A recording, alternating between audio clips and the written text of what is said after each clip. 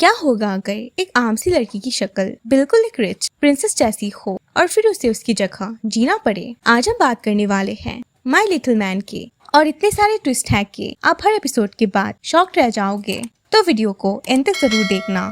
तो ड्रामा के स्टार्टिंग में हम इस ड्रामा के मेल लीड यंग को देखते हैं, जो एक मिशन के लिए प्लानिंग कर रहा होता है। बाद में वो एक इन्वेस्टमेंट एडवाइजर बनके एक आदमी के बैंक अकाउंट को खाली कर देता है। उसका कहना था कि ब्लैक मनी को उसके अपनी जगह पे जाना चाहिए। बाहर उसके पार्टनर्स उसे लेने आए थे एंड वो कार में बैठ के निकल जाता है। इस काम के बदले वो कोई भी पैसा नहीं लेता, बस उसे शिनयान को ढूंढना था।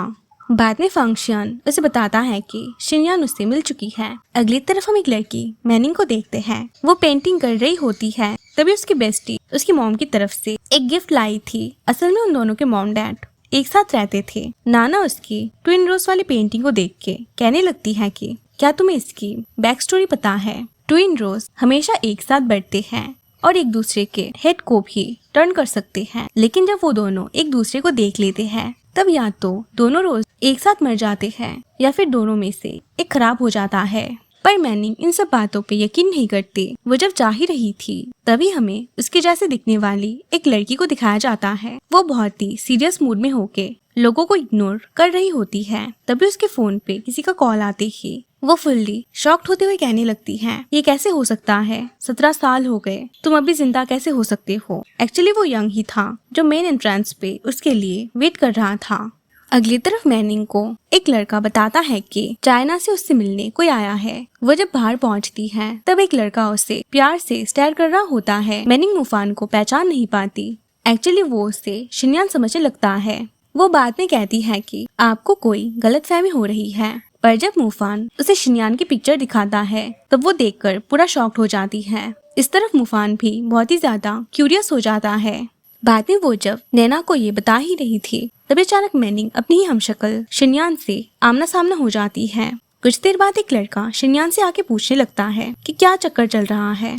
मैंने अभी देखा किसी को तुम्हें गाड़ी में ले जाते हुए। तभी सामने से बेहोश मैनिंग जा रही होती है। शिनयान यांग को उसके लिए वेट करने के लिए कहकर मैनिंग को बचाने के लिए निकल जाती है। शिनयान उसे बताती है कि लोगों ने मैनिंग को शिनयान समझ लिया एंड ये सब हुआ।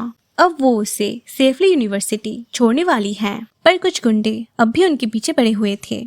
तेजी से कार चलाते हुए उनकी कार की एक ट्रक के साथ टक्कर हो जाती है। बाद में यंग वहाँ पहुँच के उस सीन को देख के बहुत ही ज्यादा टूट चुका था।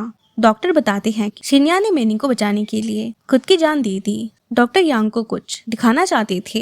एक्चुअली उन दोनों का फेस एकदम सेम था, जिसे देखकर यंग शॉक्ड हो जाता है। मैनिंग की आंखों पर चोट आई थी, इसलिए डॉक्टर शिनयान की कॉर्निया उसे ट्रांसप्लांट करने का फैसला लेते हैं। कुछ दिनों बाद मैनिंग को होश आ जाती है एंड वो यंग को देखकर बहुत ही ज्यादा शॉक्ड हो गई थी।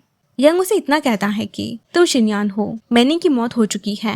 मैनिंग बहुत ही ज्यादा डर गई थी एंड वो बिल्डिंग से कूदने ही वाली थी। तब यंग उसे बताता है कि तुम्हारी जान बचाने के लिए शिनयान ने अपनी जान दे दी।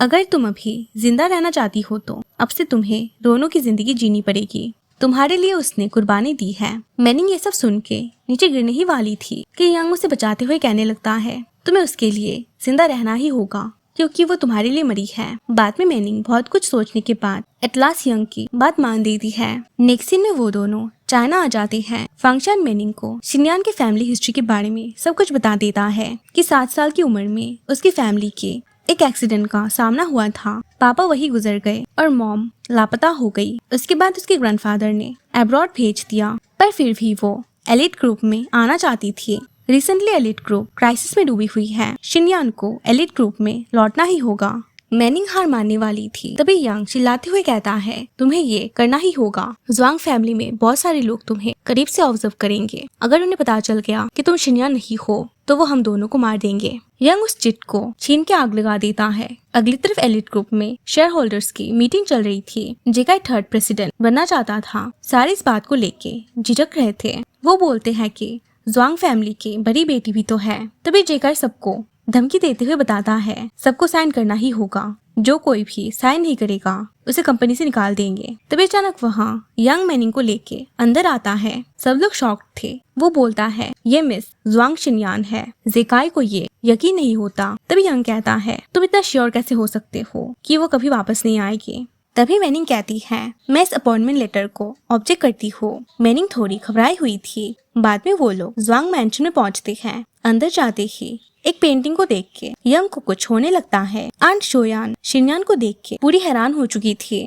वो पूछती है ये कौन है। तब यंग बताता है कि वो उसका फियांसे है। वो लोग फिर चेयरमैन से मिलने उनके कमरे में गए होते हैं क्योंकि उनकी हालत बहुत ही ज्यादा खराब थी। मैनिंग उनके पास बैठ के कहने लगती है कि मैं वापस आ गई ग्रैंडपा। बाद में मैनिंग अकेले बैठ के ये सोच रही थी कि वो ये सब क्यों कर रही है। तभी उसकी आंख एक जगह पे पड़ती है। वह अंदर बहुत सारे ड्रेसेस, शूज और ज्वेलरीज थे। मैनिंग उन्हें एक एक करके देखना स्टार्ट कर देती है। वो कुछ पकड़ ही रही थी। तभी वह यंग आके उसे बताता है कि जब तक तुम शिनयान हो तब तक ये चीजें तुम्हारी है। दूसरी तरफ मूफान वो शिनयान के बारे में सोच ही रहा था। तभी वह एक लड़की आती है। उसका नाम टैंगलिन है एंड वो एक ज्वेलरी कंपनी की CEO थी। वो मूफान के ज्वेलरी डिजाइन को खरीदने के लिए उसे 1 करोड़ भी देने के लिए राजी थी, पर मूफान मना कर देता है। तभी उसके फोन पे एक मैसेज आती है कि शिनयान वापस आ गई एंड वो भागा भागा वहाँ चला जाता है। अगले दिन मैनिंग मैंशन पे घूम रही होती है। तभी वह मूफान आके उससे शिनयान के बदले मैनिंग समझने लगता है। वो घबराते हुए जवाब देती है कि वो शिनयान ही है एंड वो चेयरमैन से मिलने आई है। तभी अचानक उसका फोन वहाँ गिरते ही मूफान शिनयान को कॉल करने की कोशिश करता है कि तभी पीछे से यंग आ जाता है एंड वो खुद को शिनयान का फियांसे इंट्रोड्यूस करता है।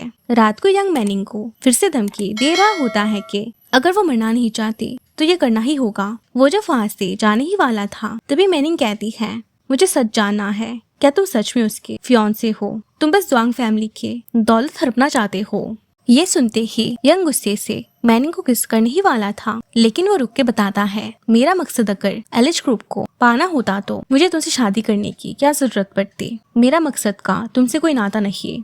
और वो वहाँ से चला जाता है। अगले तरफ नैना ग्रेजुएट होकर चाइना आ चुकी थी। वो मैनिंग को बहुत सारे मैसेज करती है पर उसका कोई भी रिप्लाई नहीं आता। घर जाके वो मैनिंग की बात कर ही रही थी तभी उसकी मॉम बताती है तुम्हें मैनिंग की बात नहीं करनी चाहिए थी क्योंकि उसके डैड उदास हो गए। बाद में उसकी मॉम उसकी जॉब के बारे में पूछती ही वो बताती है कि मुझे कल ही एक ऑफर मिल चुकी है एंड वो बहुत ही ज्यादा खुश हो जाते हैं। एक्चुअली वो ज्वेलरी डिजाइन कंपनी में जाने वाली थी। तब मैनिंग के डैड कहते हैं काश मैनिंग भी यहाँ आकर सेटल हो पाती। दूसरी तरफ मैनिंग शिनयान के बारे में सोच सोच के घर से निकलने ही वाली थी। तभी उसके सामने आंट आ जाती है। आंट को इस पे कोई भी इंटरेस्ट नहीं होता एंड वो मैनिंग को इग्नोर करके वहाँ से जाने ही वाली थी। तभी उनके सेक्रेटरी आके बताते हैं कि चेयरमैन की हालत बहुत ही बिगड़ चुकी है, उन्हें जल्द से जल्द हॉस्पिटल ले जाना होगा। नेक्स्ट सीन में हम देखते हैं डॉक्टर बता रहे होते हैं कि उनकी किडनीज डैमेज हो गई है एंड सारी फैमिली मेंबर्स को उनके ब्लड सैंपल्स छोड़ के जाना पड़ेगा। अगर किसी भी फैमिली मेंबर्स से उनका ब्लड मैच हो जाता है तो वो किडनी ट्रांसप्लांट कर देंगे। मैनिंग तो ये सुनकर बहुत ही ज्यादा घबरा चुकी थी। बाद में मैनिंग यंग को कॉल करने की कोशिश करती है लेकिन फोन नहीं लगता। एक्चुअली यंग उस एक्सीडेंट के बारे में कुछ सोच ही रहा था एंड उन लोगों को उस एक्सीडेंट के बारे में कुछ चीजें पता चलती है कि पीछा करने वाला कार और वो ट्रक ड्राइवर दोनों अलग थे। उन्हें कुछ एविडेंस मिले थे। मैनिंग उसे कॉल कर ही जा रही थी लेकिन नहीं लगता। तभी पीछे से जेकाय आकर उसके फोन को छीनते हुए कहता है कितनी छोटी सी बात के लिए तुम उसे कॉल कर रही हो, वो अगर नहीं होगा तो क्या तुम खाना छोड़ दोगे? मैं जिस शिनयान को जानता हूँ वो इतनी डरपोक तो नहीं थी, क्या तुम सच में वही हो? मैनिंग कुछ नहीं बोलती एंड वो अपना फोन उससे छीन लेती है। जिका इस पे चिल्लाता है कि तुम्हें क्या लगा तुम एलिच स्टार की मालकिन बन जाओगे, ऐसा मैं होने नहीं दूंगा। बाद में वो लोग एक एक करके अपना ब्लड सैंपल दे रहे होते हैं। जब मैनिंग की बारी आती है तो वो बहुत ही ज्यादा घबरा रही थी। अगली तरफ यंग मैनिंग की लाइव लोकेशन देख के एटलास हॉस्पिटल पहुंच ही जाता है।